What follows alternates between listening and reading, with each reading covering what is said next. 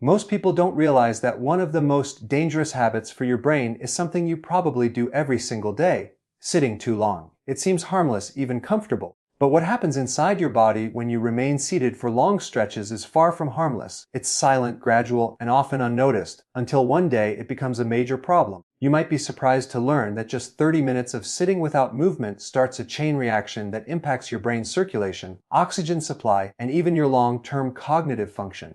So, what really happens when you sit still for too long? Let's dive deep into what your brain goes through in those moments of inactivity. The human body was never designed to sit all day.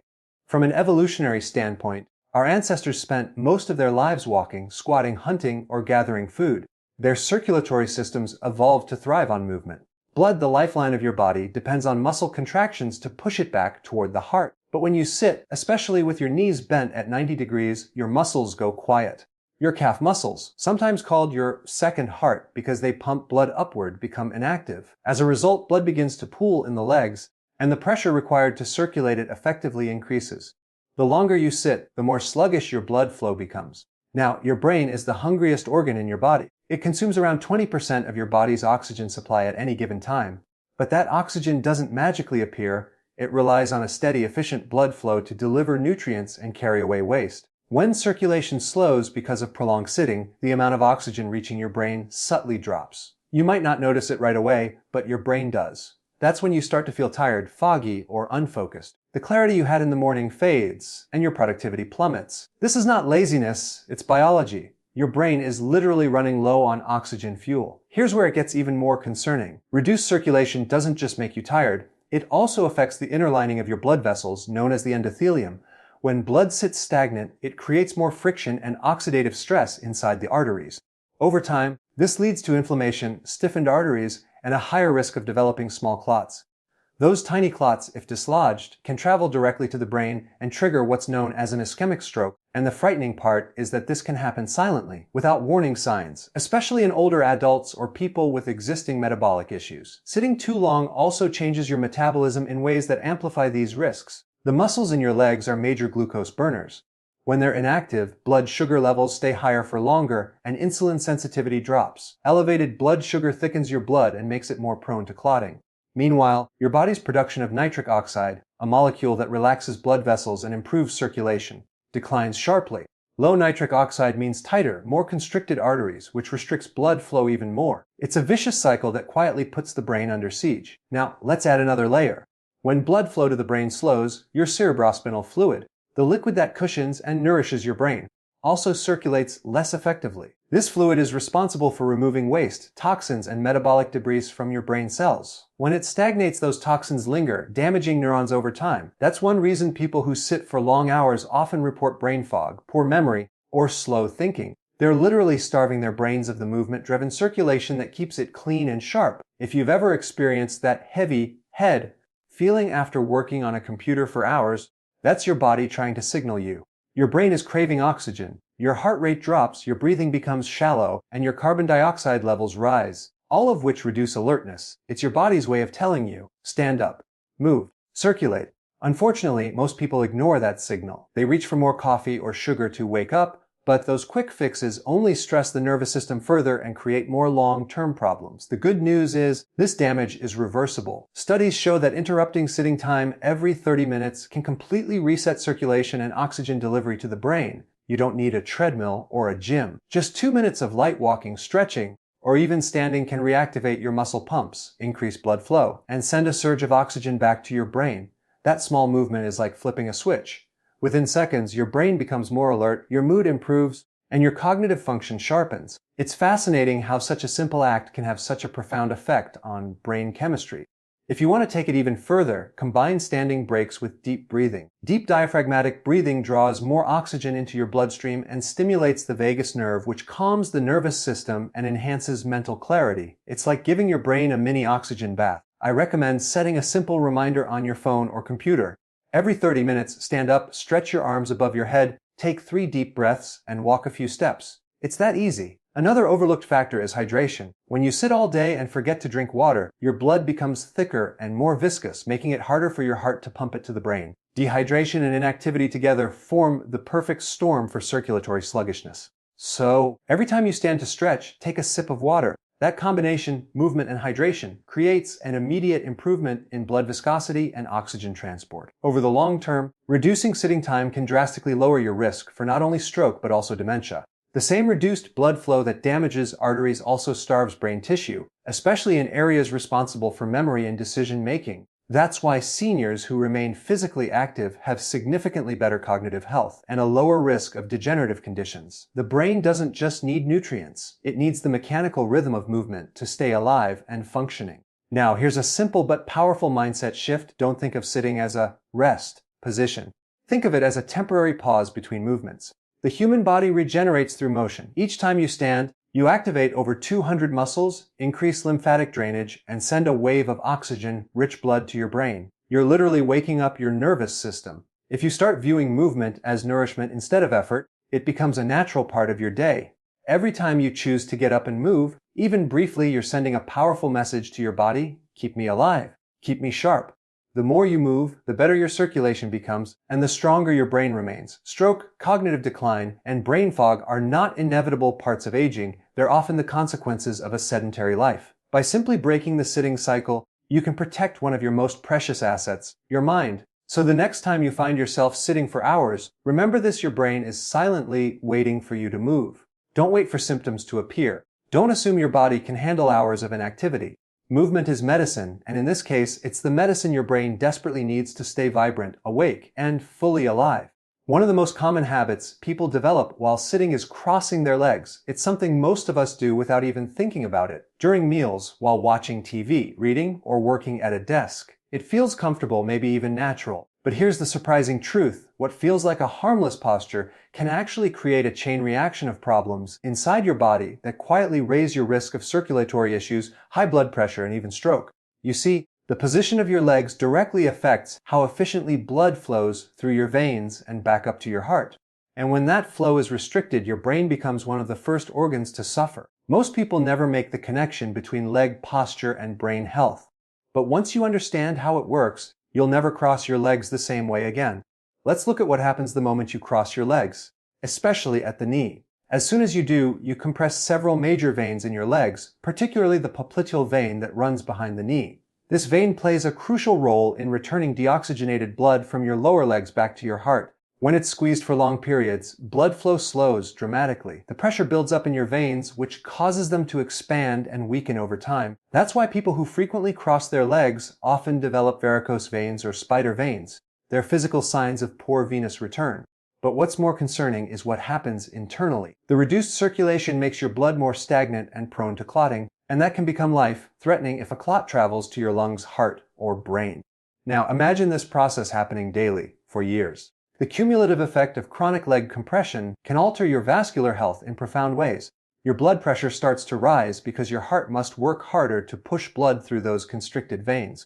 Each time you cross your legs, you slightly increase the resistance in your circulatory system. Over time, this subtle but repeated stress can lead to consistently elevated blood pressure levels. High blood pressure is one of the strongest predictors of stroke. It weakens the arterial walls, promotes plaque buildup, and makes clots more likely to form. So what may seem like an innocent sitting position slowly conditions your body into a higher risk state without you even realizing it. There's another aspect most people overlook: how leg crossing affects your posture and alignment. When you cross your legs, your pelvis tilts to one side, which throws off the natural curve of your spine. This asymmetry doesn't just strain your lower back, it also affects how blood and oxygen move through your body. A tilted pelvis can restrict your diaphragm's ability to expand fully, limiting how much oxygen you take in with each breath. Less oxygen means your brain receives less fuel, leading to fatigue, slower thinking, and sometimes even dizziness. Many people blame these symptoms on aging or stress, but often it's the subtle, repetitive postural distortions from sitting incorrectly that are silently contributing to them. Let's also talk about nerve compression, because it plays a bigger role than most realize. Crossing your legs can pinch or irritate the peroneal nerve, which runs along the outer part of your knee. This nerve controls movement and sensation in your lower leg and foot. When compressed, it can cause tingling, numbness, or even temporary weakness in the foot, what many people refer to as that pins and needles feeling. While that sensation may fade after a few minutes, frequent compression can cause chronic irritation to the nerve, leading to longer-term issues with leg mobility. Poor leg nerve function also affects circulation indirectly, since muscle movement helps pump blood. So the nerve compression that starts at your knee can ripple upward, contributing to reduced oxygen delivery to your brain over time. The brain, of course, is incredibly sensitive to any change in oxygen or nutrient supply. Even minor fluctuations in blood flow can alter its performance. Studies show that people with restricted lower body circulation often experience a measurable drop in cognitive sharpness and reaction time. This happens because when your veins can't efficiently return blood to your heart, your overall cardiac output declines. That means your brain receives less of everything it needs: oxygen, glucose, and micronutrients like magnesium and potassium that help maintain neuron function. The result is subtle but noticeable mental fog, slower recall, irritability, and decreased focus. And if these restrictions continue for years, they increase the likelihood of vascular damage that can lead to strokes. Now, it's important to understand that crossing your legs occasionally isn't the problem. The issue arises when it becomes a habitual posture, something you maintain for hours without realizing it. Many people cross their legs unconsciously because it feels stabilizing or socially comfortable.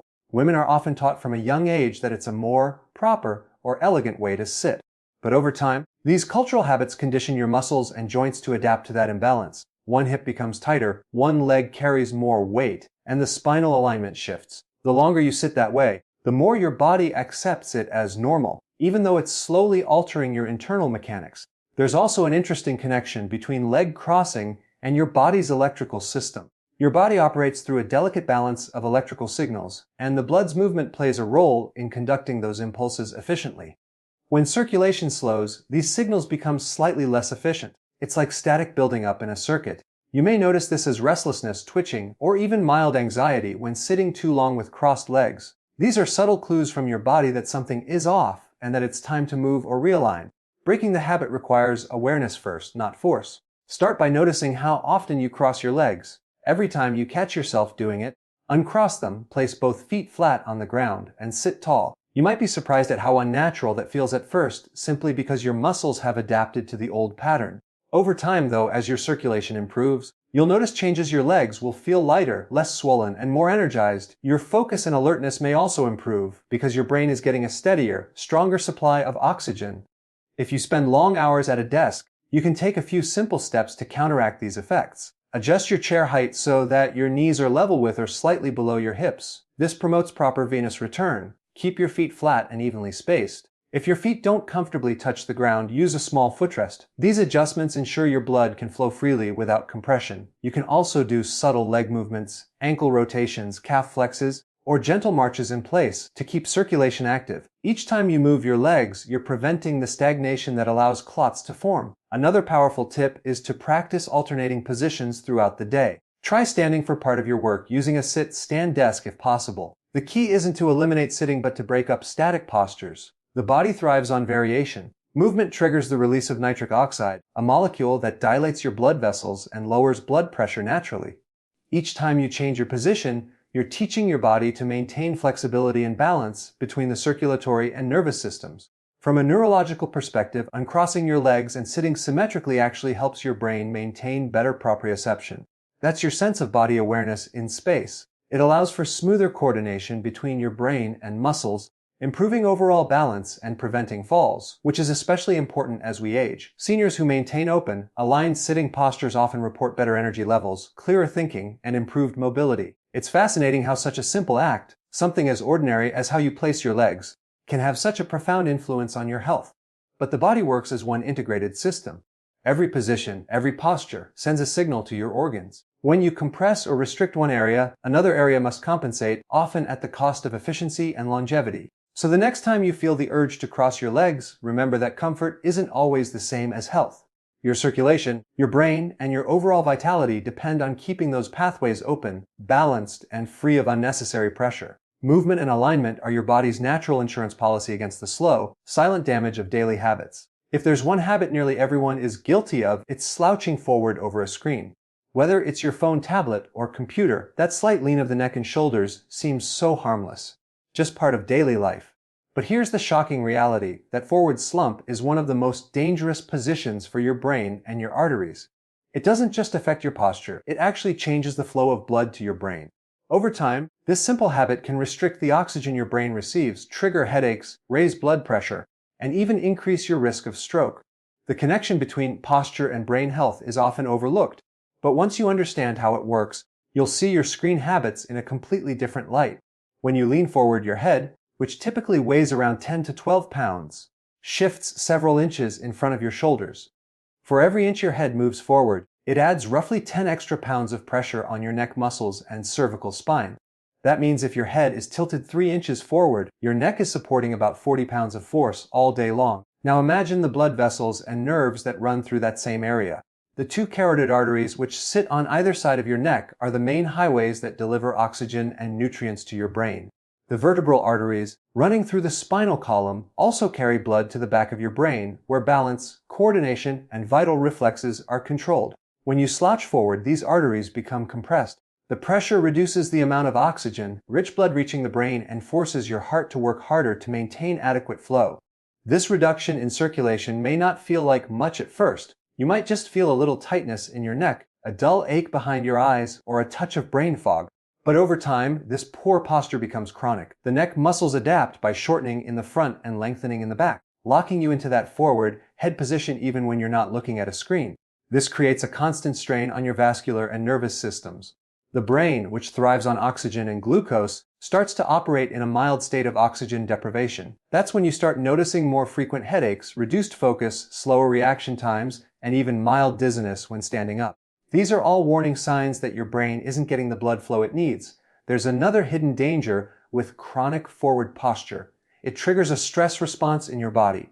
When your head is tilted and your shoulders round forward, your breathing becomes shallow because your diaphragm can't expand properly. Instead of taking full, oxygen-rich breaths, you start breathing from your chest and shoulders, which activates the sympathetic nervous system, the part of your body responsible for fight or flight. This keeps your cortisol levels elevated throughout the day, increasing inflammation and tightening blood vessels even further. So not only are your arteries physically compressed by poor posture, but they're also chemically constricted by stress hormones.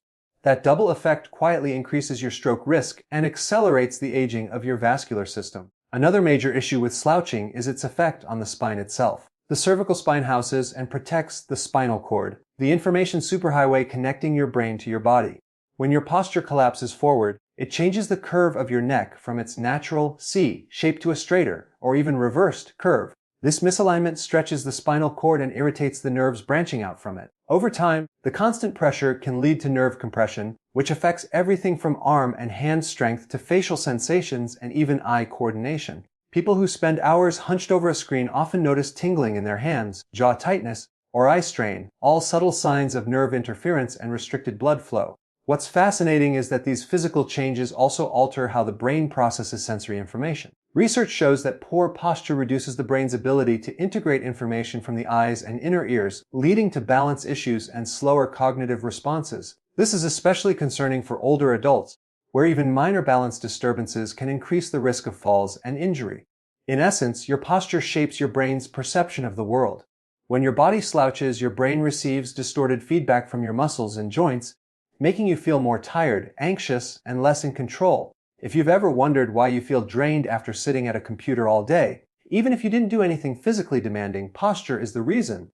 Every time you lean forward, your neck and upper back muscles must work overtime to keep your head from collapsing. That muscular tension steals energy from your brain and body. Over time, this chronic strain drains your nervous system, leading to mental fatigue. The brain's electrical activity slows and neurotransmitter balance shifts, which can affect mood and focus. Many people mistake this for burnout or aging, when in reality it's a circulatory and neurological consequence of how they sit. Fortunately, the body is incredibly adaptable. The moment you correct your posture, even slightly, you start restoring normal blood flow to the brain, lifting your screen to eye level, rolling your shoulders back, and aligning your ears with your shoulders can instantly reduce neck pressure and improve circulation. That simple alignment increases oxygen to your brain and triggers a calm, alert state within minutes. It's one of the quickest natural ways to boost focus and energy without caffeine. To make this correction permanent, you need to retrain your muscles. The neck flexors, shoulder stabilizers, and back extensors must all be strengthened to hold your head in the correct position naturally. Simple movements like chin tucks, shoulder blade squeezes, and chest opening stretches can reverse years of damage. Each time you perform these, you're not just improving posture, you're literally enhancing blood flow to your brain. You're telling your body to return to its original design: upright, balanced, and oxygen efficient. Another overlooked aspect of slouching is how it affects your lymphatic drainage. The lymphatic system is your body's internal detox network, and it relies on movement and posture to circulate properly. When your head is forward and your shoulders are collapsed, lymph fluid doesn't drain efficiently from the neck and face. That's why some people experience puffiness, tension, or heaviness in their head and neck after hours of poor posture. It's not just muscle fatigue, it's lymphatic stagnation. When you correct your posture, you restore not only blood flow but also lymph flow, allowing your brain to clear out toxins more effectively. This can reduce inflammation, improve clarity, and even enhance sleep quality. Think about how your body feels when you stand tall and breathe deeply. Your chest opens, your head aligns with your spine, and your circulation instantly improves. You feel more confident, more awake, more alive. That's not just psychological, it's physiological. The brain is receiving a flood of oxygen and nutrients it was deprived of moments earlier.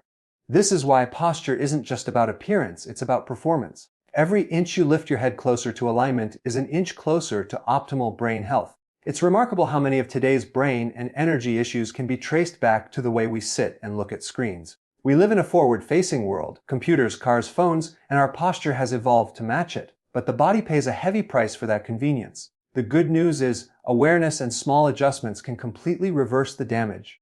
Every time you catch yourself leaning forward and consciously pull your head back, you're not just fixing your posture, you're protecting your arteries, calming your nervous system, and preserving your cognitive function. So while slouching over a screen might seem like a small thing, the ripple effect it creates in your circulation, hormones, and brain function is enormous. The difference between a tired, foggy mind and a clear, focused one often comes down to posture. It's the easiest, most natural brain-boosting habit you can practice anywhere at any age. The simple act of sitting upright, breathing deeply, and keeping your screen at eye level could be one of the most powerful ways to support brain longevity and prevent vascular damage. One of the most overlooked yet harmful habits people fall into daily is sitting down right after eating. It feels so natural. You finish your meal, you feel full, and your instinct tells you to relax, maybe check your phone, watch TV, or rest a little before continuing your day. But what if I told you that this simple post-meal routine could be quietly raising your risk of inflammation, blood clots, and even stroke?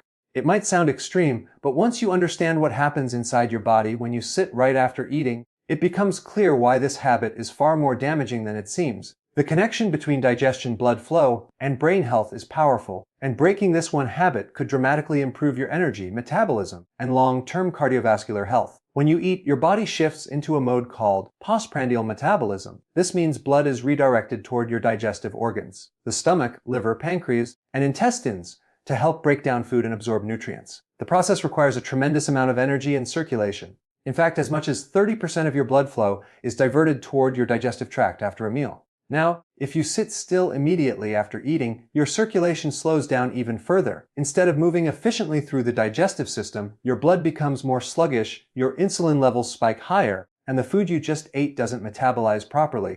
This stagnation sets off a cascade of negative effects that don't just stay in your gut. They ripple all the way up to your brain. When your body becomes flooded with glucose from a meal, especially one containing carbohydrates, and you stay seated, your blood sugar remains elevated for much longer than it should. Your muscles, which normally act as a massive sponge for excess sugar, aren't contracting, so they aren't pulling glucose out of the bloodstream effectively. As a result, your pancreas is forced to release more insulin to compensate. Over time, this repeated pattern contributes to insulin resistance, the first step toward metabolic syndrome and type 2 diabetes. And here's the key link: insulin resistance doesn't just affect your blood sugar. It damages your blood vessels, making them more rigid and prone to micro-tears. Those micro-tears invite plaque buildup and clot formation, the same mechanisms that lead to heart attacks and strokes. Now imagine this happening day after day for years. 3 meals a day, each followed by a sedentary period. The cumulative effect is what we call postprandial inflammation. Every time you sit still after eating, inflammatory markers like C, reactive protein, and interleukin-6 rise in your bloodstream. This inflammation weakens the inner lining of your arteries, called the endothelium. That lining is what keeps your blood vessels flexible and responsive. When it becomes damaged, blood pressure rises, circulation to the brain decreases, and the risk of clot formation increases dramatically. People who consistently sit after eating are, in effect, training their bodies for chronic inflammation and reduced vascular function. The impact on the brain is especially concerning. The brain relies on a constant, stable flow of glucose and oxygen. When blood sugar spikes and circulation slows, the brain receives inconsistent energy delivery. This creates periods of mental fatigue, irritability, and poor concentration, what many people call a food coma. But it's not just tiredness, it's a real metabolic imbalance that can, over time, impair memory and cognitive function. Studies show that people with poor post-meal blood flow have lower brain perfusion and higher risks of cognitive decline. Sitting after eating essentially robs your brain of the nutrients it needs at the moment it needs them most. Another issue is how this habit affects digestion itself. The digestive process depends on smooth muscular contractions called peristalsis, which help move food through your intestines.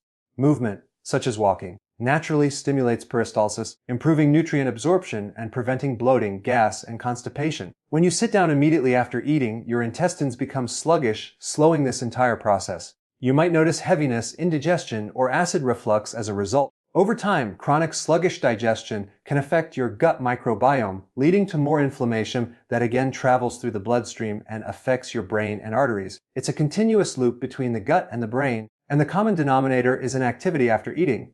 Your blood also becomes thicker after a meal, especially if the meal contains fats.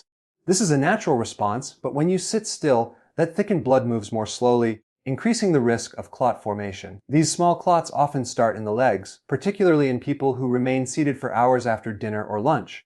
A clot that breaks loose and travels upward can block blood flow to the brain, causing an ischemic stroke. What's shocking is that this doesn't require extreme conditions, just a consistent pattern of sitting after eating for long periods. This is why movement after meals isn't just good advice, it's a protective mechanism against one of the leading causes of death worldwide. There's also the hormonal component to consider.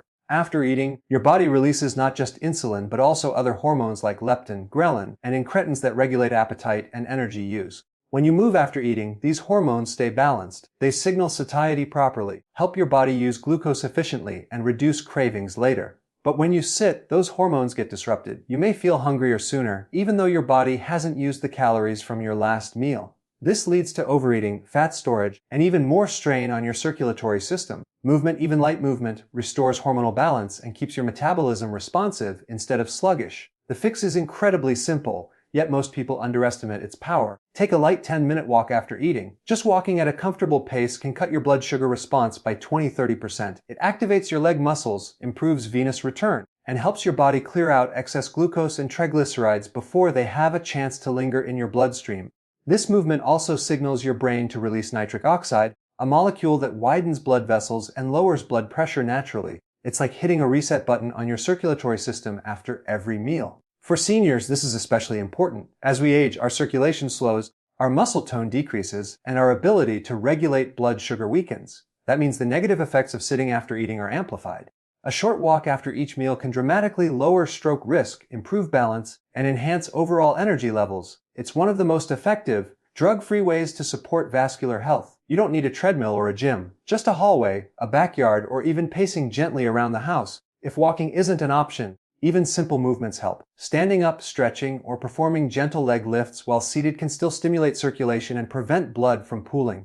The key is to avoid long, uninterrupted periods of stillness when your digestive system is working its hardest. Small actions create big changes over time. Within days of changing this habit, most people notice less bloating, more energy, and improved mental clarity after meals. Hydration plays a role here too. Drinking a small glass of water after meals, especially if it's slightly warm, helps thin the blood and improve its flow. Dehydration makes post-meal blood thicker and more difficult to circulate, compounding the risks of sitting. So pairing hydration with light movement creates a synergistic effect that supports digestion, brain function, and cardiovascular health all at once. Think of your body as an ecosystem that thrives on rhythm and movement. Every time you eat, you're creating a surge of nutrients and energy in your bloodstream. Movement is what helps distribute that energy efficiently throughout your organs and tissues. Sitting immediately after eating traps that energy, letting it stagnate instead of flow.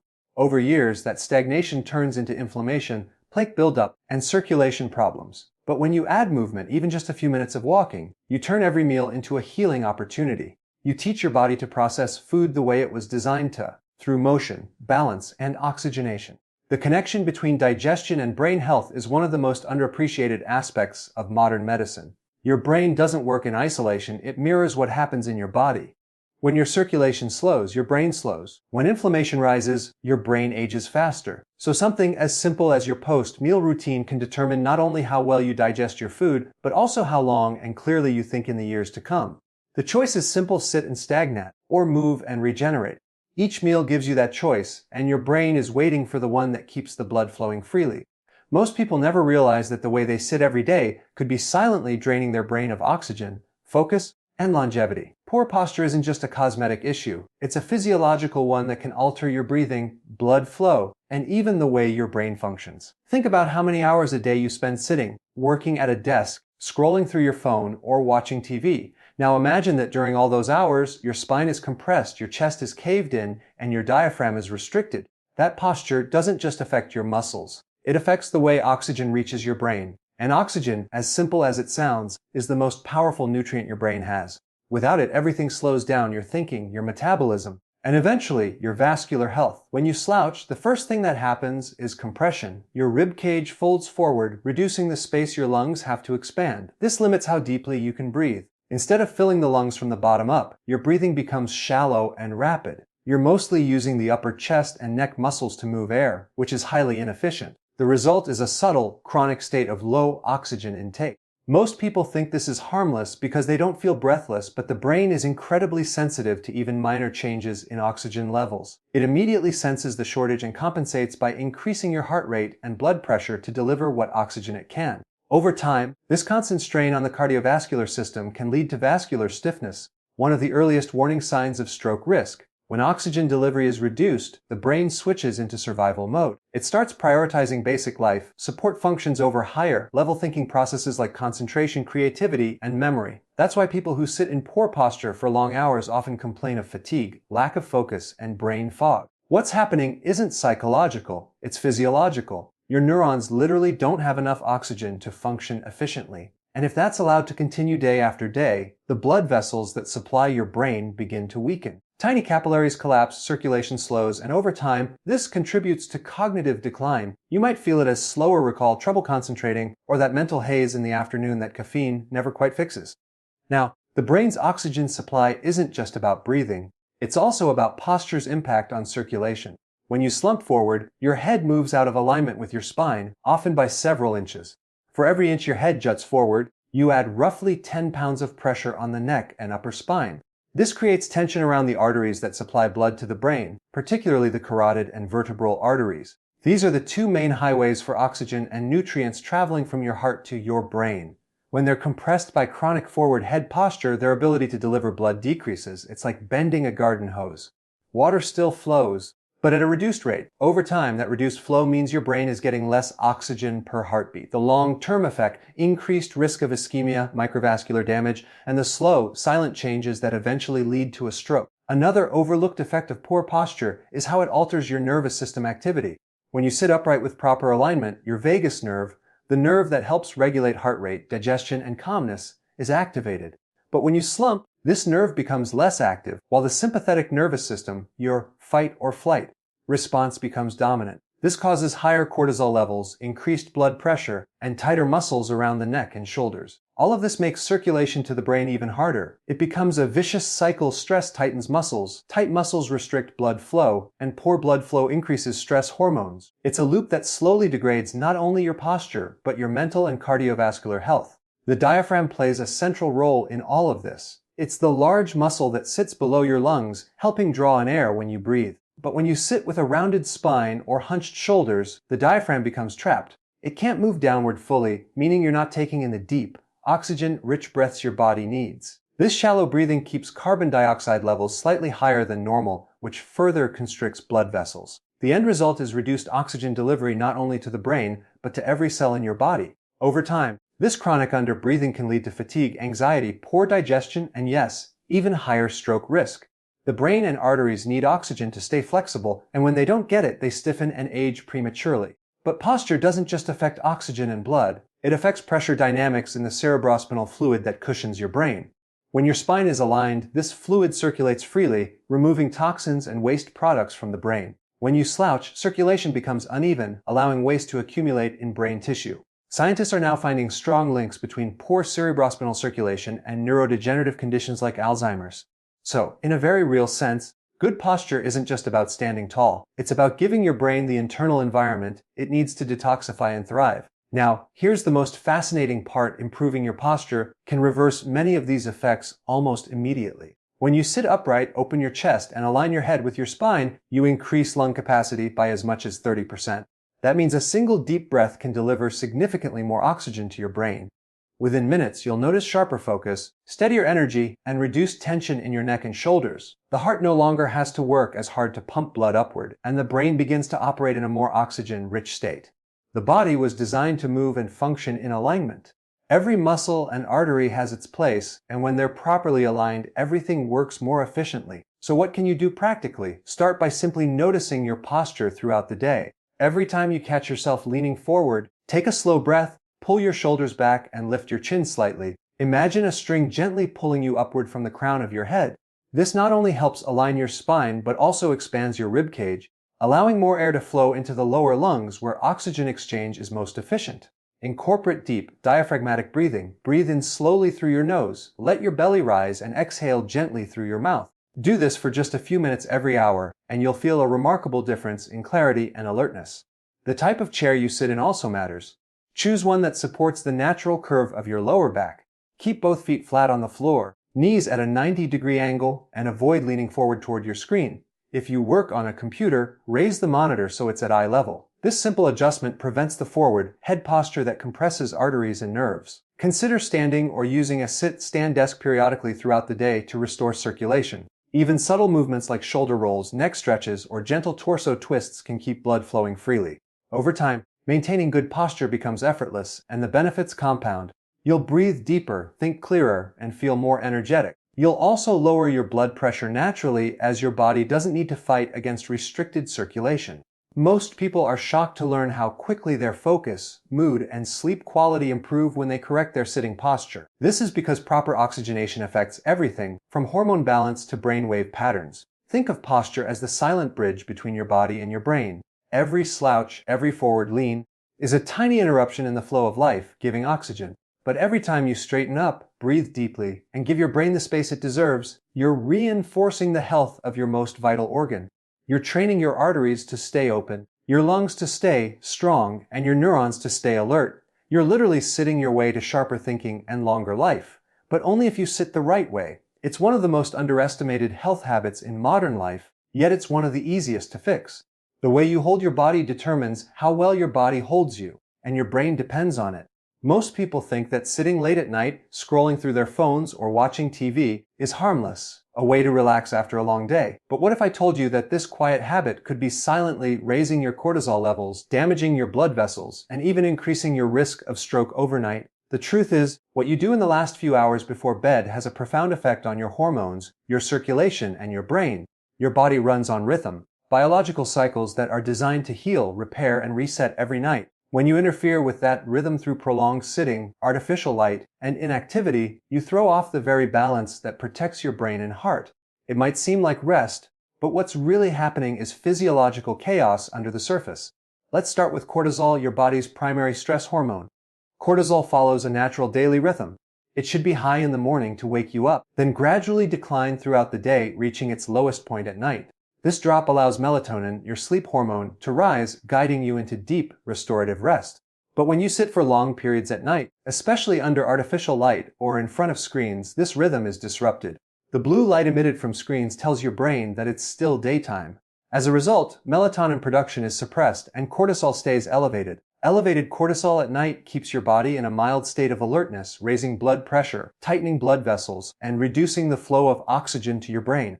You might not feel it immediately, but this chronic elevation becomes a hidden driver of vascular aging and stroke risk. Cortisol doesn't just affect your sleep, it affects your entire cardiovascular system. When cortisol remains high, your arteries become more sensitive to adrenaline, meaning they constrict more easily. This increases resistance in your blood vessels, forcing your heart to pump harder to maintain circulation. That added pressure creates damage in the lining of your arteries, especially the delicate vessels in the brain. These small injuries trigger inflammation and the buildup of plaque over time. Combine that with the stagnant blood flow caused by long periods of sitting, and you create the perfect storm for clot formation. It's not the occasional night of relaxation that causes harm, it's the habit of doing it every single evening that accumulates into real physiological strain.